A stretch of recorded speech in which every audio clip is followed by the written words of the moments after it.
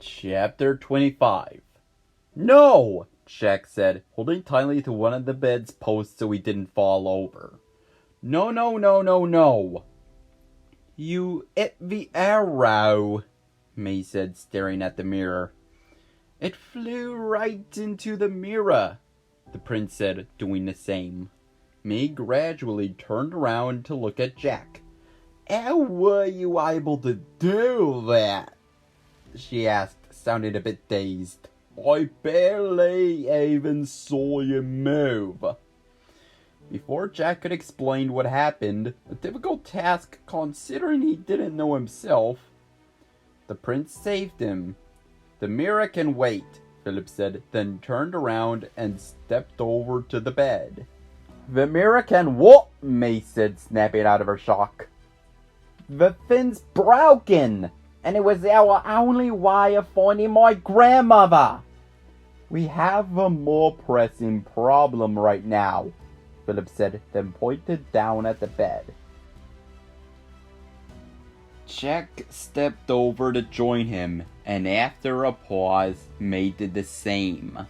The princess started to say something, then caught sight of what Philip had been pointing at. The Wolf King lay in the middle of a huge pile of quilts, covered in blood and bruises. The animal's closed eyes fluttered wildly, and his feet shook every few seconds. He did seem to be breathing, at least, but each breath sent a shudder through the wolf's entire body.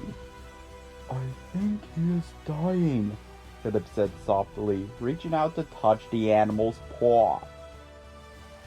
The animal's whole body flinched at Philip's touch, despite the fact that the animal was unconscious.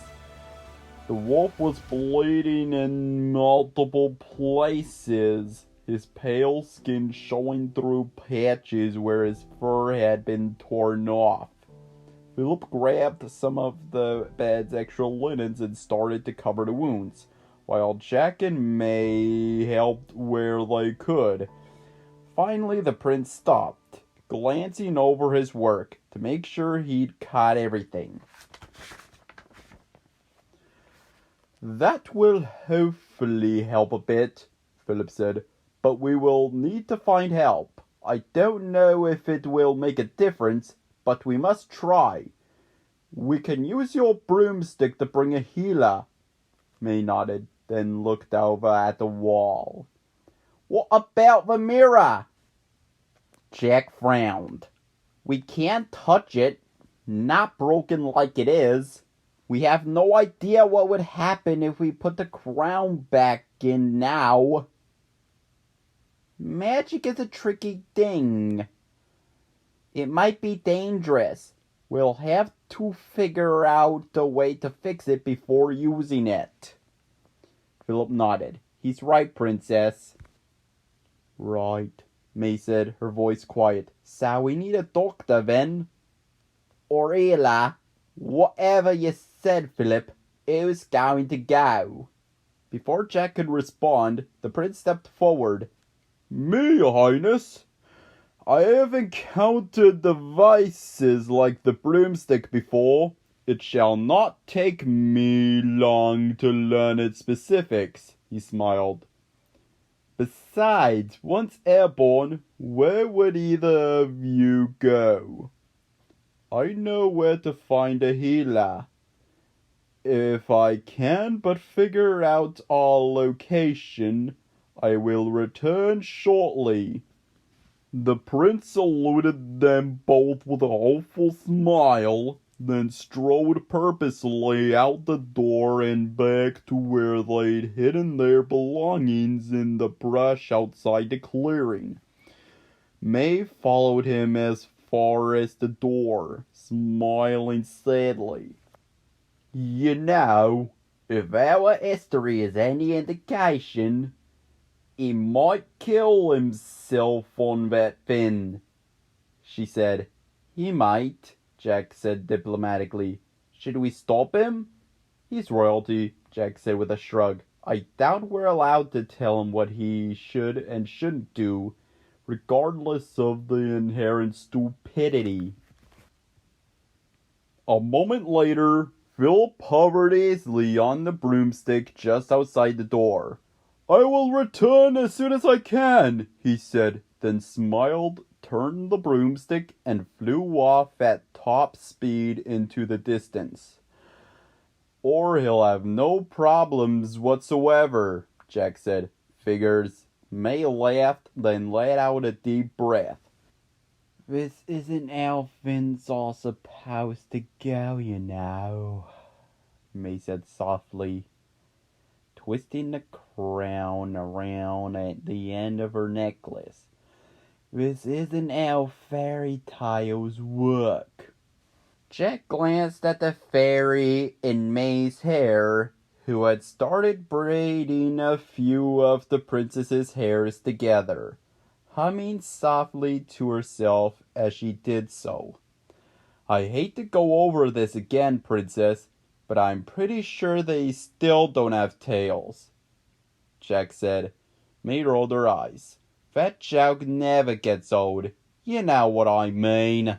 "Stories about fairies," he said. "Stories where people live happily ever after," she said, staring at the crown. "Stories that make you think there's magic in the world. Once upon a time, heroes who do the right thing, and villains who never win. The hero always know they're right and always know what to do. They never have any doubts." "That sounds like a good story," Jack said. "It'd be nice if the world really worked that way." May snorted. "Where I'm from, that's exactly what's wrong. It doesn't work that way. Here, though, it's like you've got all the parts right. You've got princes, monsters, Snow White. All these fairy tales come to life," she sighed. "But this isn't Once Upon a Time.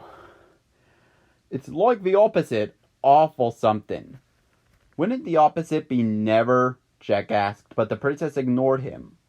"The story's not right, Jack. This shouldn't be how things go. Everything's so mixed up. We're barely holding on. We're not winning, are we?" Jack reached over and took the crown out of her hand. May glanced up at him, letting the necklace fall back against her chest. "Maybe not now," Jack said, "but we will. We're the good guys, and we're doing the right thing. It will be just like your stories. We'll win in the end." "Will we?" she asked.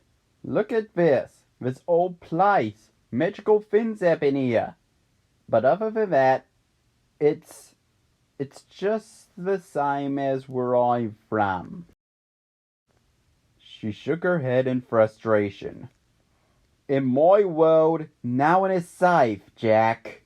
Especially not the good guys." She nodded toward the wolf. "I thought here, of all places—" "You said heroes don't doubt themselves," Jack said, forcing a smile.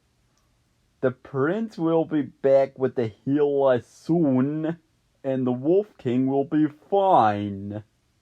Meanwhile, we have the mirror and—"